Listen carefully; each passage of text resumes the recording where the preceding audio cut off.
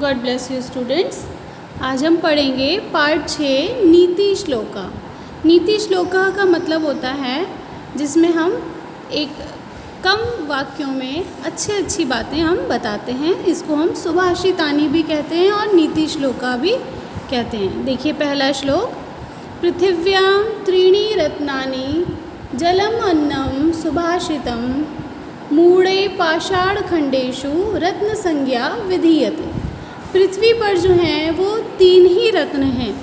केवल 3 ऐसी चीज़ें हैं जिन्हें हम रत्न मान सकते हैं। कौन कौन सी? जल, अन्न और सुभाषितम मीन्स अच्छी बातें। मूढ़े मूर्ख लोग जो होते हैं, पाषाणखंडेषु रत्न संज्ञा विधीयते, पत्थर के टुकड़ों को, पाषाणखंडेषु मतलब पत्थर के टुकड़ों को, जैसे कि हीरा मोती हैं, ये सब पत्थर के टुकड़ों को वो रत्न की संज्ञा देते हैं। वो उन्हें ही रत्न समझते हैं। परंतु पृथ्वी पर केवल 3 रत्न हैं, जल, अन्न और सुभाषित अर्थात अच्छी बातें।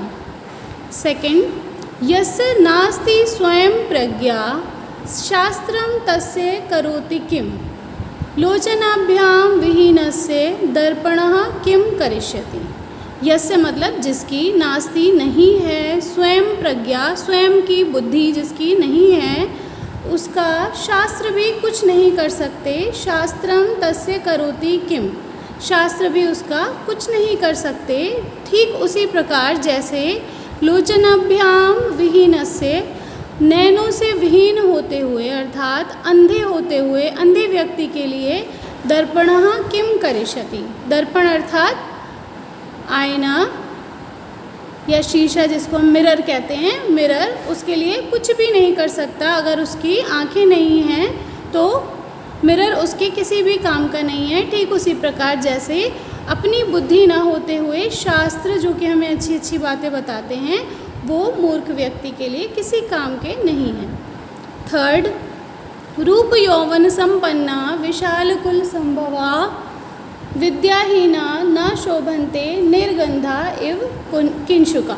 ये रूप और यौवन से संपन्न होते हुए भी और विशाल कुल में उत्पन्न होने पर वह व्यक्ति किसी भी कार्य का नहीं है और वह सुशोभित नहीं होता, अच्छा नहीं लगता यदि वह विद्या से हीन है। विद्याहीना न शोभन्ते निर्गंधा एव किंशुका, जिस प्रकार से किंशुक के फूल निर्गंध होते हैं, उनमें सुगंध नहीं होती, वो अच्छे नहीं लगते, उसी तरह से विद्याहीन व्यक्ति भी रूप और यौवन से संपन्न होने पर भी और विशाल कुल में उत्पन्न होने पर भी अच्छा नहीं लगता।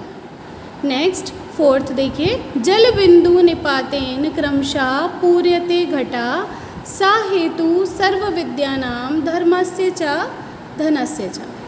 कि जिस प्रकार से बूंद बूंद करके पानी के गिरने से घड़ा भर जाता है, जल बिंदु निपातेन धीरे धीरे जल से एक बिंदु गिरने पर घड़ा भर जाता है।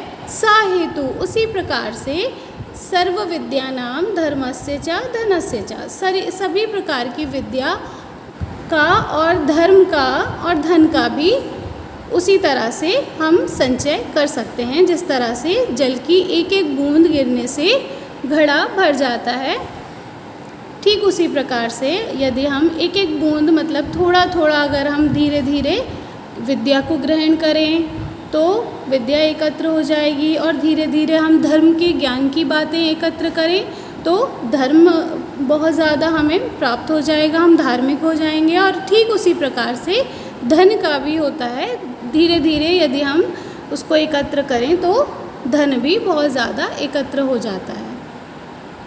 जिस प्रकार से जल की एक बूंद से घड़ा भर जाता है।